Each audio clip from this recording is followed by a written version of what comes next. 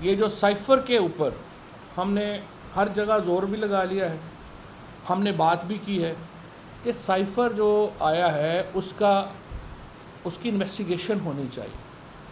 لگ یوں رہا ہے کہ اس وقت دہلی، تل ابیب اور واشنگٹن کا ایک نیکسس ہے جو کہ پاکستان کو ایک ٹارگٹ کیے ہوئے ہے۔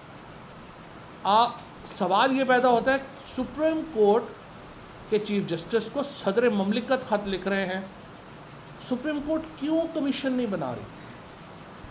کیا وجوہات کیا ہے؟ آخر ہمیں بتایا تو جائے کہ آخر پریزیڈنٹ آف پاکستان، جو پاکستان کا سب سے بڑا کانسٹیٹیوشنل آفس ہے، انہوں نے لیٹر لکھا ہے چیف جسٹس صاحب کو، یہ کیا ہو رہا ہے؟ کیوں اس کے اوپر تحقیقات نہیں ہو رہی؟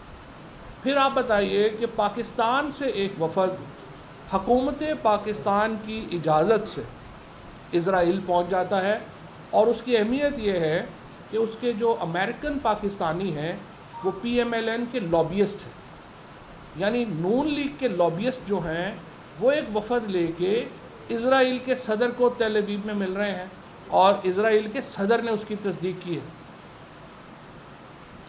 اس کی بیک گراؤنڈ کیا ہے؟ عمران خان کو اتارا گیا، نواز شریف کو لایا گیا، اچانک اسرائیل میں اور ہندوستان میں خوشی کی لہر دوڑ گئی، اور ہمیں پتہ ہے شریف فیملی کے جو انڈین بلینرز ہیں ان کے ساتھ جو تعلقات ہیں، اور پھر اب کیوں لگ رہا ہے کہ تل ابیب اور واشنگٹن کا نیکسس انڈیا کے تھرو ان کے قریب ہو رہا ہے۔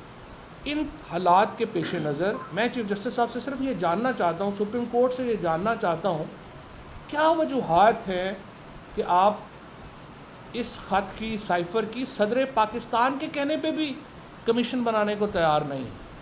ہمیں وجوہات بتا دیں، ہو سکتا ہے ہم آپ کی وجوہات سے سیٹسفائی ہو جائیں، لیکن جو ایونٹس آ رہے ہیں بعد میں، ان سے جو سسپیشن ہے پاکستان کے عام آدمی کی وہ بڑھ رہی ہے، اور ہم ہرگز پاکستان کو، جو ایک اسلام کا قلعہ ہے، جو بنا ہی قائد اعظم، اور یہ اسرائیل کے ساتھ جو ہماری فارن پالیسی ہے یہ کسی اور نے طے نہیں کی ہوئی، یہ قائد اعظم محمد علی جناح نے طے کی ہوئی ہے۔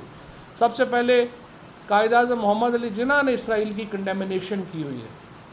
کیا وجہ ہے کہ اس حکومت نے آتے ہی جو فاؤنڈر آف پاکستان ہے، بانی پاکستان کی بنائی ہوئی فارن پالیسی کو وائلیٹ کیا اور اسرائیل کے ساتھ ایک تعلقات قائم کرنے کی کوشش کی؟ ابھی تک اس کے اوپر وزیر اعظم کی کوئی وضاحت ہمیں نہیں آئی، اور نہ ہی انہوں نے بتایا ہے۔ اسی طریقے سے سپریم کورٹ کی ہمیں نہیں معلوم کہ وہ اس کے اوپر تحقیقات کرانے کو کیوں تیار نہیں ہے، کیا ہمیں نہیں معلوم کہ وہ کیوں تیار نہیں ہے؟ پہلے وہ بتا دیں کیوں تیار نہیں ہے تو پھر ہم اپنی بات کر لیں گے۔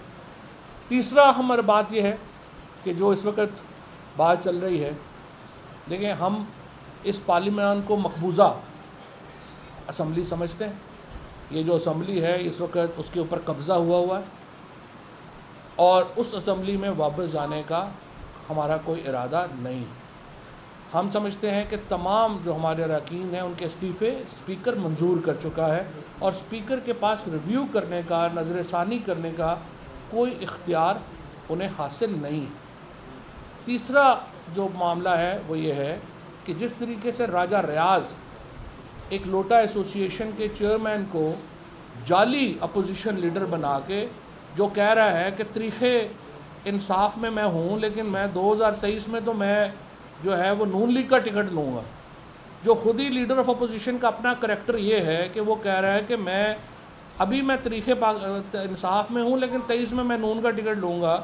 آپ مجھے بتائیے، اس سے آپ سائن کرا رہے ہیں کہ الیکشن کمیشن، اور کوئی آنریبل آدمی الیکشن کمیشن کا ممبر ہو، چیئرمین نیب ہو، کوئی آنریبل آدمی اس پروسیس کے ذریعے اپوائنٹمنٹ نہیں لے گا۔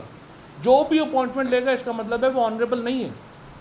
اور یہ جو کل الیکشن کمیشن کے ممبران جس طریقے سے اپوائنٹ ہوئے ہیں، یہ تو مذاق ہے، اور ظاہر ہے یہ الیکشن کمیشن اس وقت پاکستان میں اگر الیکشنز کے، انتخابات کے شفاف انعقاد میں اگر کوئی رکاوٹ ہے تو وہ سب سے بڑی رکاوٹ موجودہ چیف الیکشن کمشنر اور یہ ایک جعلی الیکشن کمیشن جو بنا ہے ایک لوٹا ایسوسی ایشن کے ذریعے، وہ ہے، اور اس کو کوئی نہیں مانے گا۔ انشاءاللہ ہم اس کے اوپر بھی ایک بھرپور عدالتی کارروائی کرنے کا ارادہ رکھتے ہیں۔